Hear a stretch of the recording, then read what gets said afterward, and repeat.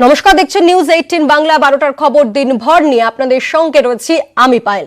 নভেম্বরের মাঝামাঝি সময় এই মুহূর্তে বঙ্গে উত্তাপ তুঙ্গে, ভোটের উত্তাপ তুঙ্গে এবং বিজেপির কেন্দ্রীয় নেতারা তারা দফায় দফায় বৈঠক করছেন বঙ্গের নেতাদের সঙ্গে। বলা ভালো 13 দিনে 3 দফায় দিল্লির নেতারা বিজেপির বঙ্গ নেতাদের সঙ্গে বৈঠক। আজও সারাদিন বৈঠক রয়েছে। সংগঠনটি কিভাবে চাঙ্গা করা যায় পুরো বিষয় নিয়ে আলোচনার জন্য আমাদের সঙ্গে এই মুহূর্তে রয়েছেন আমাদের প্রতিনিধি অরূপ দত্ত। সরাসরি চলে যাব। অরূপ, সকাল থেকেই তোমার সঙ্গে কথা হচ্ছে বিজেপির এই বৈঠককে কেন্দ্র করে। বারবার করে যে বিষয়টা উঠে আসছে যে 13 দিনে 3 দফায় দিল্লির নেতারা তারা রাজ্য নেতাদের সঙ্গে বৈঠক করছেন, সেক্ষেত্রে কোথাও কি দিল্লির নেতাদের হাতে বঙ্গ বিজেপির রাশ?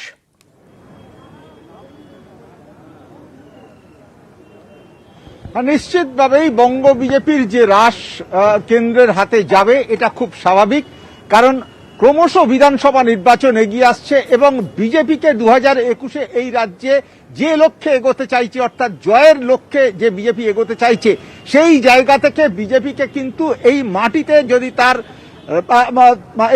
যদি তাকে সত্যিই সেই পরিবর্তন করতে হয়, তাহলে শুধুমাত্র রাজ্য বিজেপির নেতৃত্বের উপরে ভরসা করে থাকা যে সম্ভব নয়। সেক্ষেত্রে কেন্দ্রীয় নেতৃত্বের নজরদারি, কেন্দ্রীয় নেতৃত্বের আসা যাওয়া যে বাড়বে, এটা কোনো বলবার কোনো অপেক্ষা রাখে না। এবং তুমি যেটা বললে, গত 13 দিনে যে 3 দফায় বৈঠক, অমিত শাহ থেকে শুরু করে সবাই একেবারে পুজোর মধ্যেই কার্যত যে সমস্ত ধারাবাহিকভাবে যে বৈঠক হয়েছে, যেসব নির্দেশিকা দেওয়া হয়েছে, তার মধ্যে থেকে একটা জিনিস খুব স্পষ্ট যে 200-র বেশি আসনে আগামী 2021-এর বিধানসভায় জিততে চাইছে বিজেপি।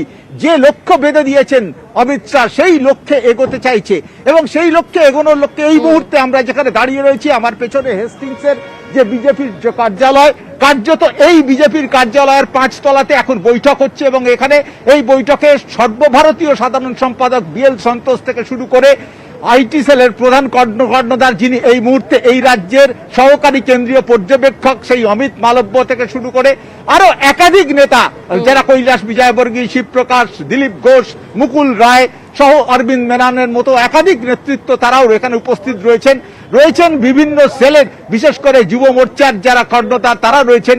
ফলে এই যে বৈঠক, এই বৈঠকের মধ্যে দিয়ে একটা জিনিস বার্তা যেটা খুব স্পষ্ট, যে অমিত শাহ যে নির্দেশিকা বেঁধে দিয়েছেন 200 আসন জিততে গেলে যে কৌশল, যে স্ট্র্যাটেজি, এবং সেই যে কৌশল বেঁধে দিয়েছেন মোদীর সেনাপতি, 200 আসনের বেশিতে জয় পেতে হবে, সেই লক্ষ্যে কিন্তু তৎপরতা শুরু হয়ে গিয়েছে।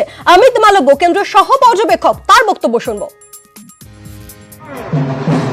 बंगाल के गौरव को पुनर्स्थापित करना, ममता बनर्जी की अराजक तुष्टीकरण और भ्रष्टाचार में लिप्त सरकार की रुखसती करना, बंगाल की जनता ने तय कर लिया है कि भाजपा को 200 से अधिक सीटें देकर चुनाव जिताना है और ममता बनर्जी के जाने का समय आ गया है। यही हम सबका ध्येय है। রাজ্যের কেন্দ্রীয় নেতৃত্ব লোকসভার সময় এসেছিলেন, এবারও আসবেন। নির্বাচনের প্রস্তুতি প্রসঙ্গে প্রশ্নের উত্তরে বললেন দিলীপ ঘোষ। কেন্দ্রীয় পার্টি, কেন্দ্রীয় নেতা আসবেন এখানে, অল ইন্ডিয়া পার্টি, প্রধানমন্ত্রী আসবেন, গৃহমন্ত্রী আসবেন। লোকসভায় তাদের উপর ভরসা রেখেছিল মোদীজিকে, ভোট দিয়েছে। পশ্চিমবঙ্গটা ভারতবর্ষের বাইরে নয়, যারা মনে করছেন তারা ধারণাটা পাল্টে নেন। সর্বভারতীয় পার্টি, সর্বভারতীয় নেতারা আসবেন। লড়াই এখানকার লক্ষ লক্ষ কর্মী করছেন, যারা দাঁড়িয়ে আছেন আপনাদের এখানে, তারা বাংলার পরিবর্তন করবেন। দিল্লির হাতে বঙ্গ বিজেপির রাশ কেন? বঙ্গ বিজেপি অপদার্থ, তাই নাকি কেন্দ্রীয় নেতৃত্বকে আনা হচ্ছে, এমনই মত তৃণমূল সাংসদ সৌগত রায়। বঙ্গ বিজেপি অপদার্থ তো দিলীপ ঘোষ আর কে আসছে, তারা কোনো কাজের নয়। সেই জন্য ওরা কাকে, ওই BL সন্তোষ আর অমিত মালবিয়াকে পাঠিয়েছে দিল্লি থেকে। তার মানে এখানকার লোকরা পারছে না কিছু করতে। সুতরাং দিলীপ ঘোষ রোজ সকালবেলা বিবৃতি না দিয়ে একটু নিজের অবস্থাটাকে উন্নত করুক, এইটাই বলবো।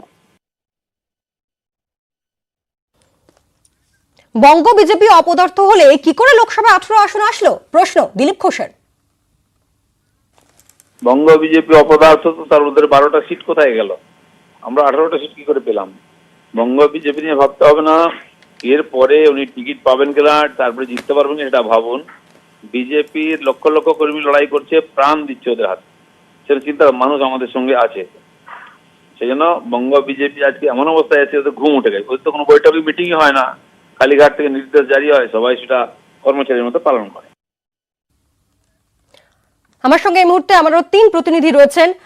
অরূপ দত্ত ছিলেনই আমাদের সঙ্গে। অরূপ দত্ত আমার সঙ্গে এই মুহূর্তে রয়েছেন, উজ্জ্বল রায় পাশাপাশি রয়েছেন, প্রণব রয়েছেন এবং রয়েছেন মালদা থেকে সেবক দেব শর্মা। কেন? কারণ আপনারা জানেন যে আজ জোটের অর্থাৎ বাম কংগ্রেসের আজ বৈঠক রয়েছে। এই বৈঠকের পাশাপাশি কোথাও কি মিম অর্থাৎ আসাদুদ্দিন ওয়াইসির মিম কি চিন্তা বাড়াচ্ছে, জোটের উদ্বেগ তৈরি করছে? কেন উদ্বেগ তৈরি করছে? কারণ আপনারা যেমনটা জানেন যে বিহারে মিম যথেষ্ট ভালো ফল, 5টা আসন জয় করেছে তারা এবং সেই 5টা আসন উত্তরবঙ্গ লাগোয়া সীমাঞ্চলের 5 আসন। সেক্ষেত্রে এবার তাদের টার্গেট বেঙ্গল, বঙ্গ, এই কথা স্পষ্ট বলে দিয়েছিলেন তিনি। আসাদুদ্দিন ওয়াইসি তিনি ঠিক বিহারের ভোটের সময়, বিহারের রেজাল্ট আউটের পর কি বলেছিলেন জানে উদ্বেগ, একবার শুনবো। अगर कोई ये कहता है कि तुम क्यों लड़े, अरे मैं लड़ूंगा भाई, बंगाल लड़ूंगा, यूपी लड़ूंगा, भारत का हर इलेक्शन लड़ूंगा। मुझे क्या पूछना पड़ेगा किसी से मैं लड़ूं या ना लड़ूं? আমরা শুনলাম আসাদুদ্দিন ওয়াইসির বক্তব্য। আমাদের সঙ্গে রয়েছেন 3 জন প্রতিনিধি। ফুলপুরা শরীফ থেকে উজ্জ্বল রয়েছেন। উজ্জ্বল, ফুলপুরা শরীফে সেখানে অধীর রঞ্জন চৌধুরীর নেতৃত্বে প্রদেশ কংগ্রেসের প্রতিনিধি দল যাওয়ার কথা রয়েছে। সেক্ষেত্রে কোথাও কি এই যে যাওয়ার পিছনে কি কোথাও একটা চিন্তা, মিমকে নিয়ে চিন্তা, সংখ্যালঘু ভোট হাতছাড়া হয়ে যাওয়ার একটা ভয়?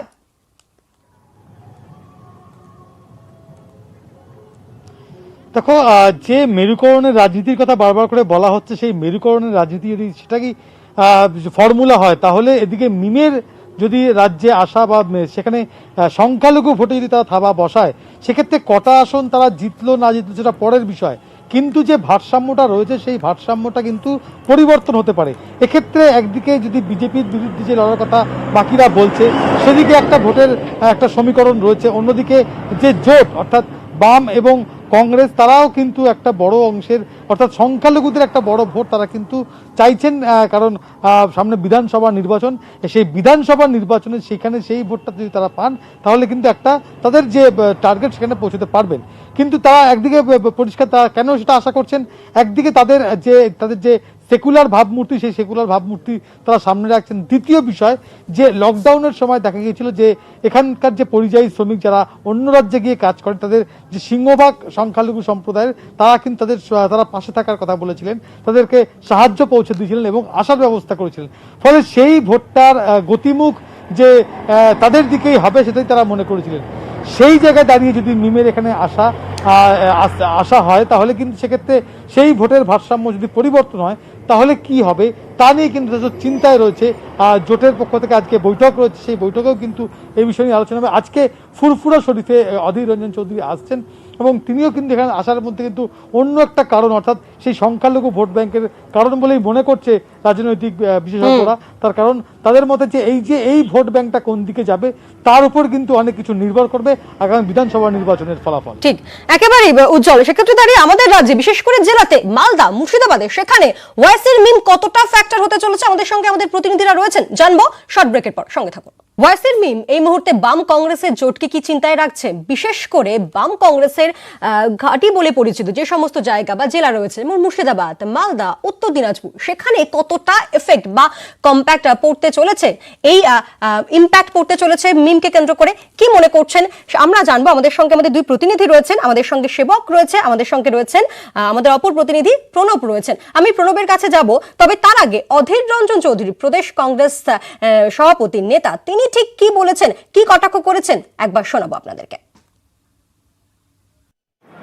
খুব দায়িত্ব নিয়ে আপনাদেরকে বলছি, ওয়াইসির দল মিম ভারতবর্ষ জুড়ে তারা ধর্মনিরপেক্ষ শক্তির বিরোধিতা করছে। বিজেপির আর্থিক সহযোগিতায়, বিজেপির আর্থিক মদতে একটাই কাজ করে, সেটা যেখানে যেখানে বিজেপির অসুবিধাটাকে সুবিধা করে দেয়। দেখেন, অধীর বাবুকে আগে নিজের দলের রেজাল্টটা দেখা দরকার। কিশনগঞ্জে এবং এই মুর্শিদাবাদে বরাবর কংগ্রেসকে 2 হাত ধরে এই সব জেলার মানুষ ভোট দিয়েছে। অধীর বাবুর সরকার সেন্টারে ছিল, তারপরে আজ অবধি কেন মুর্শিদাবাদে বিশ্ববিদ্যালয় নাই, মুর্শিদাবাদে কোনো উন্নয়ন নাই।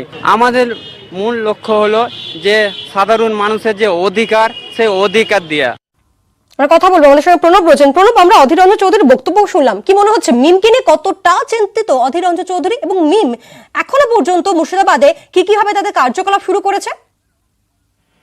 দেখো, বিহারের সাফল্যের পর কিন্তু অধীর চৌধুরী যথেষ্টভাবেই চিন্তিত, এবং বহরমপুরে যে কদিন ছিল সেখানে কিন্তু ভোট কাটুয়া বলে মিমকে উল্লেখ করেছে, এবং তিনি বলেছেন যে বিজেপির কাছ থেকে আর্থিক সহযোগিতা নিয়ে এই যে সাম্প্রদায়িক দল, সেই সাম্প্রদায়িক দল কিন্তু তার ভোটে দাঁড়ায় এবং সমস্ত কার্যকলাপ করে, এবং স্বাভাবিকভাবে কিন্তু মুর্শিদাবাদে যে 22টা আসন রয়েছে তার মধ্যে কিন্তু মিম ইতিমধ্যেই 18টা আসনে কিন্তু নির্বাচনে প্রার্থী দেবে বলে কিন্তু ঘোষণা করেছে। শুধু তাই নয়, ডিসেম্বরের প্রথম সপ্তাহেই হায়দ্রাবাদ থেকে আসাদুদ্দিন ওয়েসিকে নিয়ে এসে এখানে বিশাল নির্বাচনী জনসভা করার কিন্তু কথা। তার জন্য কিন্তু মুর্শিদাবাদে যে তারা বিভিন্ন ব্লক রয়েছে, 22টা ব্লক রয়েছে, সেখানে কিন্তু তারা ইতিমধ্যেই কিন্তু সংগঠন তৈরি করতে শুরু করে দিচ্ছে, এবং প্রায় 2 লক্ষ তারা সদস্য পদ কিন্তু তৈরি করে নিয়েছে, এবং আগামী বিধানসভা ভোটে যাতে তারা প্রত্যেকটা ব্লকে তারা আলাদা আলাদা করে প্রার্থী দিতে পারে তার জন্য কিন্তু প্রস্তুতি শুরু করে দিচ্ছে। এবং যিনি দায়িত্বে রয়েছেন মিমের, আসাদুল ইসলাম, সেই আসাদুল ইসলাম কিন্তু বলছে যে নির্বাচনের ডিসেম্বর মাসে আমরা আসাদুদ্দিন ওয়েসিকে নিয়ে এসে সভা করার পরেই তারপর বিভিন্ন গ্রাম স্তরে যে সমস্ত সংগঠন, সেই সংগঠন কিন্তু শুরু করব, এবং তারপরে কিন্তু ভোটে 22টা আসনের মধ্যে 18টাতেই তারা কিন্তু প্রার্থী দেবে, এবং সেক্ষেত্রে কিন্তু জোট যে কংগ্রেস এবং সিপিএম এর জোট তাদের কিন্তু মাথা ব্যথার একটা কারণ, এবং সেই কারণে কিন্তু অধীর চৌধুরী কিন্তু ইতিমধ্যে মিমকে বিহারের ভোটে যে মহাজোটের তোমার সংখ্যাগরিষ্ঠতা পায়নি তার জন্য কিন্তু এদেরকে ভোট কাটুয়া বলে উল্লেখ করেছেন, এবং সেই কারণে কিন্তু ইতিমধ্যেই কিন্তু যাতে তারা সেইভাবে মানুষের সমর্থন না পায় সেই কারণে প্রথম থেকে কিন্তু কংগ্রেসীরা আক্রমণ শুরু করেছে। একেবারে প্রণব, সেক্ষেত্রে কংগ্রেসের পাশাপাশি বাম তারাও রীতিমতো কি চিন্তিত মিমকে নিয়ে? আমাদের সঙ্গে রয়েছেন আমাদের প্রতিনিধি সেবক বিমান বসু, তিনি কটাক্ষ করেছেন মিমকে কেন্দ্র করে, সেক্ষেত্রে কি তার কটাক্ষ এবং কতটা চিন্তিত?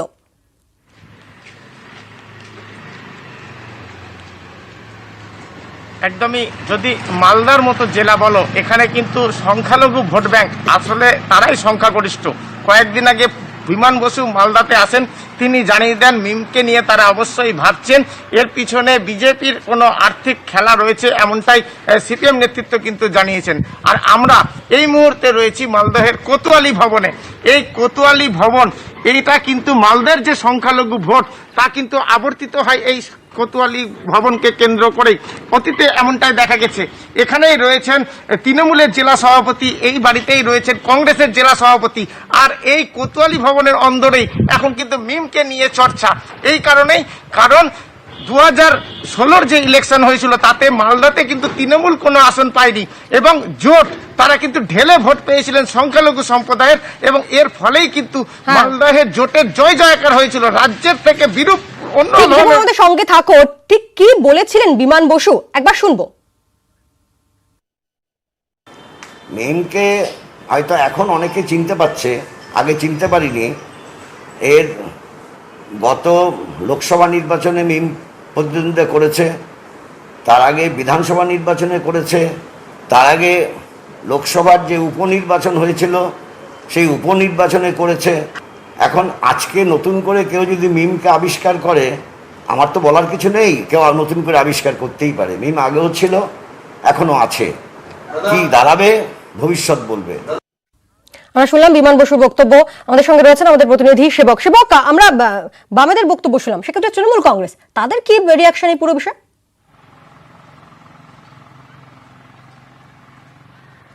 একদমই, তৃণমূল কংগ্রেস যেটা দাবি করছে যে মালদায় যে সংখ্যালঘু ভোট তা এতদিন কংগ্রেসের সঙ্গে ছিল, ফলে কংগ্রেস সাফল্য পেয়েছিল।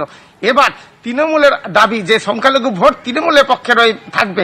এই অবস্থায় যাতে মিম কোনোভাবে সংখ্যালঘু ভোটে ভাগ বসাতে না পারে, এই জন্য কিন্তু সক্রিয় তৎপর তৃণমূল নেতৃত্ব এবং মৌসুম বেনার্জি, তিনি যেটা বলছেন এই মিম তা কিন্তু বিজেপির বি টিম, এবং তৃণমূল এবারে ভোটে বার্তা দিবে যে মিমকে ভোট দেওয়া মানে আখেরে বিজেপির সুবিধা করে দেওয়া, এবং এবার লড়াই হবে মূলত তৃণমূল ভার্সেস বিজেপি।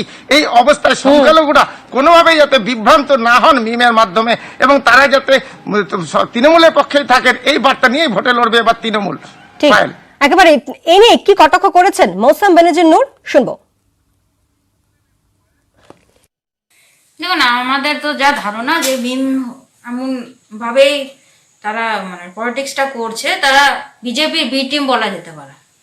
যেখানে সংখ্যালঘু ভোট আছে সেখানে ওরা সংখ্যালঘুদেরকে মানে ইনফ্লুয়েন্স করার চেষ্টা করছে এবং সেটাতে পুরোপুরি ডাইরেক্ট বেনিফিট যাচ্ছে বিজেপির।